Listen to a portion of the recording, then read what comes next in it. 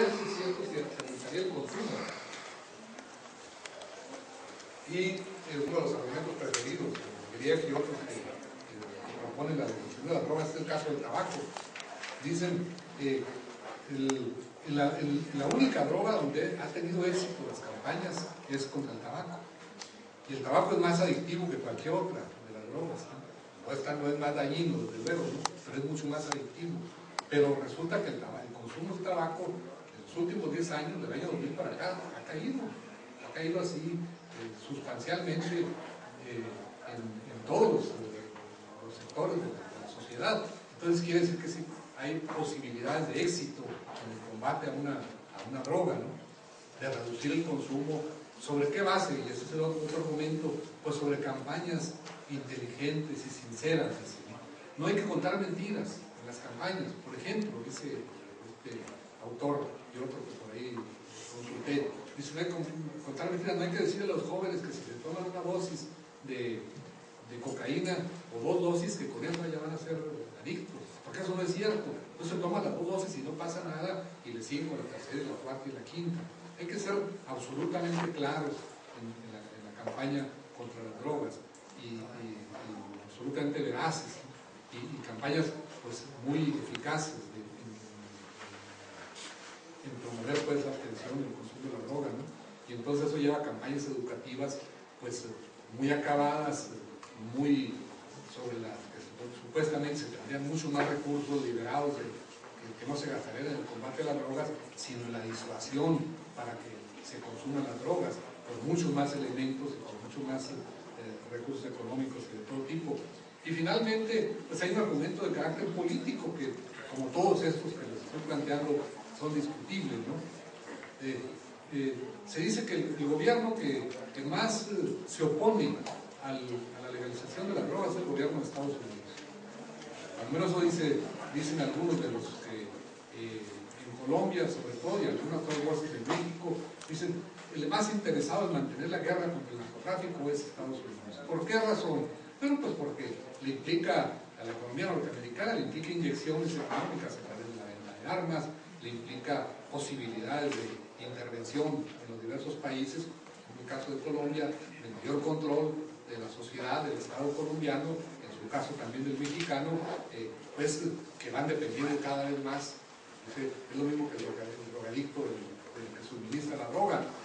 Cada vez los países tienen que depender más de quien tiene los recursos, de quien tiene los instrumentos para la guerra. No tienen los instrumentos para acabar con la drogadicción ni con sus efectos, pero sí tienen todos los instrumentos para mantener una guerra indefinidamente, ¿no? Porque al final de cuentas las armas, no todas, seguramente, algunos dicen que ya ni siquiera todas, pero los indicadores nos dicen que el grueso del armamento, tanto con los que combate el gobierno como los narcotraficantes, vienen de las mismas fábricas o de los mismos intereses, de las mismas grandes empresas armamentísticas en Estados Unidos. En fin, pues ese es el panorama. Yo podría extenderme más buscando otros elementos, pero yo lo que quería era presentarles el panorama de los pros y los contras, y que a partir de ahí pudiéramos formarnos cada uno un juicio, una opinión. Lo que sí me parece a mí que estamos como en la situación aquella, para concluir, en la que decía el presidente Franklin Delano Roosevelt de Estados Unidos en la época de la depresión. Decía, estamos en un hoyo. Cuando él tomó posesión en 1933, 34, decía, estamos en un agujero.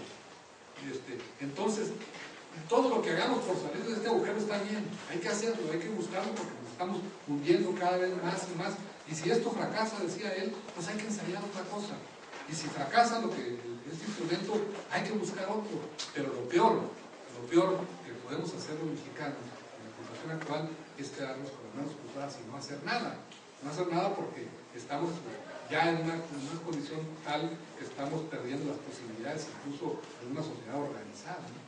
En fin, pues son algunos elementos que yo quería plantear sobre este problema. Muchísimas gracias por su atención.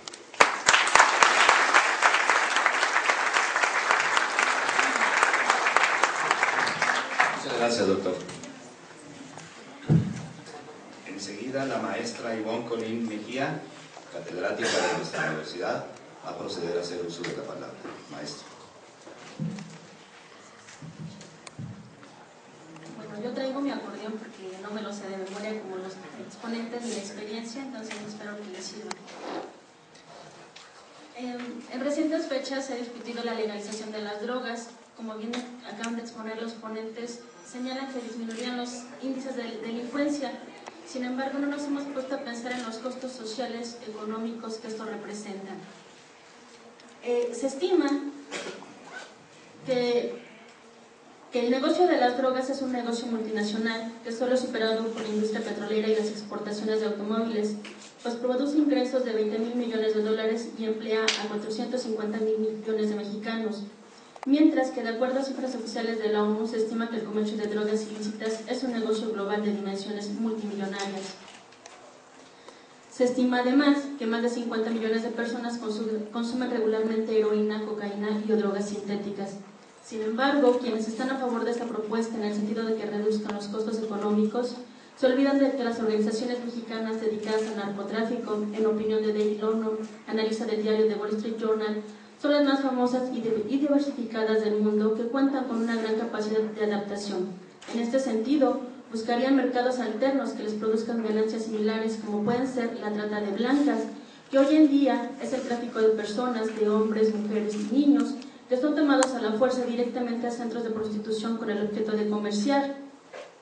Se estima incluso que alrededor del mundo hay 3.500 niños, niñas y adolescentes que sufren explotación y violencia sexual, los cuales fueron objetos de trata procedentes de América Latina y el Caribe.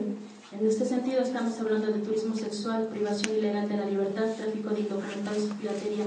Es decir, la violencia realmente no se erradicaría. ¿Por qué? Porque buscarían mercados alternos para que no pierdan esas ganancias multimillonarias. Y volvemos a lo mismo, la guerra entre estos grupos delictivos seguiría. Ahora, por lo que respecta al tráfico de indocumentados, por ejemplo, de acuerdo al 2007, según Ricardo Gluyas, investigador del INACIPE, estima que las ganancias por esta actividad se estimaron en 2.784 millones de dólares al año.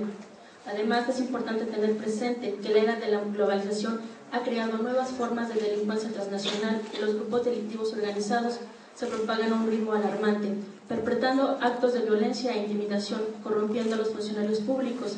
El problema de la delincuencia organizada es un problema internacional, no solo local como el estado de Chihuahua, es un problema a nivel global. A eso le añadimos que ellos, con el aparato económico, llegan de las tecnologías obviamente más avanzadas que el gobierno, por lo tanto es difícil su combate.